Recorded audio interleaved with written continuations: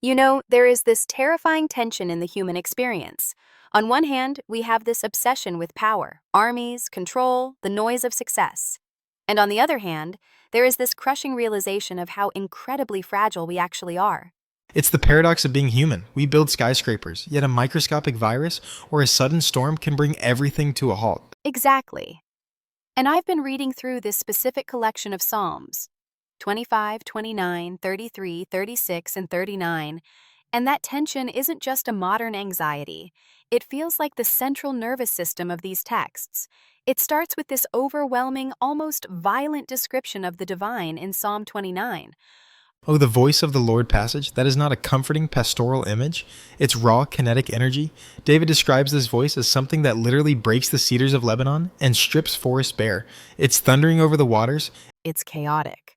It reminds me of being in a hurricane where the sound is so loud you feel it in your chest. But here's what struck me. Amidst that chaos, the text says, "The Lord sits as king forever." It's absolute stability amidst absolute destruction.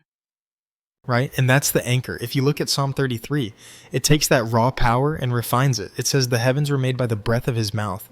So in one psalm, his voice is shattering trees. In another, it's breathing stars into existence. But then Psalm 33 drops this political bombshell that feels uncomfortable even today.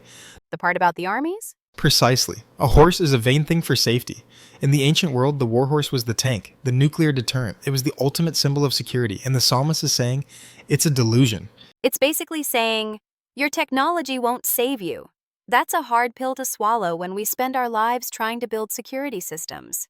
But then, if we aren't supposed to trust in our strength, what are we left with? Because Psalm 39 takes a really dark turn.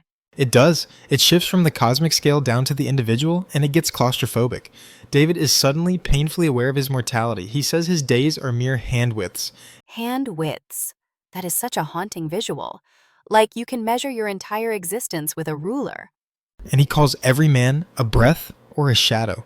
There's this scene in Psalm 39 where he's trying to stay silent, literally putting a bridle on his mouth because he's so overwhelmed by the brevity of life and the presence of the wicked. He's burning up inside. That silence resonates with me. It's that moment when you realize complaining is useless because the problem is existential. But speaking of the wicked, Psalm 36 gives us this psychological profile of the person who just doesn't get it. It's a fascinating contrast. You have the man in Psalm 39 who is silent and aware of his frailty. Then in Psalm 36, you have the wicked man who flatters himself in his own eyes. He's plotting mischief while lying in bed. He has no fear of God because he's constructed a reality where he is the center. It's narcissism, pure and simple. He thinks he's the storm, but he's just the shadow. Exactly. And the text juxtaposes that small plotting mind with the vastness of God. It says, God's faithfulness reaches the skies, and his righteousness is like the great mountains. It's a scale comparison. The wicked man is playing a small game in a massive universe.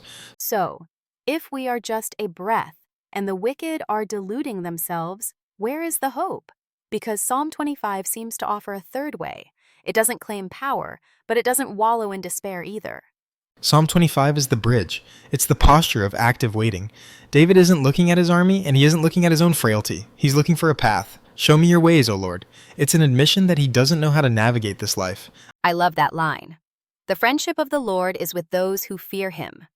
It implies that the antidote to the terror of the storm in Psalm 29 isn't to build a bunker, but to know the person behind the voice. That's the key. It's relational. In Psalm 36, it talks about drinking from the river of your pleasures and seeing light in his light.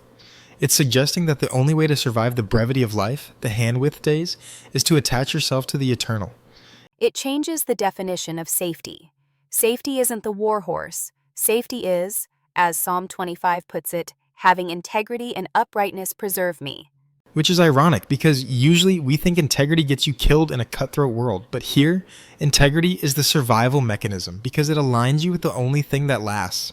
So we have these two images, the thundering voice that shakes the wilderness and the fragile human breath that fades away. And the beautiful thing is that the thunder cares for the breath. Psalm 33 says, his eye is on those who hope in him, to keep them alive in famine. It leaves us with a question, doesn't it? If our lives are truly just a shadow or a breath, what are we spending that breath on? Are we plotting on our beds like the man in Psalm 36? Or are we asking to be shown the path? That is the only question that matters. We can't lengthen the hand width of our days, but we can certainly choose the direction we walk in them. A sobering thought to end on. We'll leave you to sit with that silence. Thanks for listening. Blessings.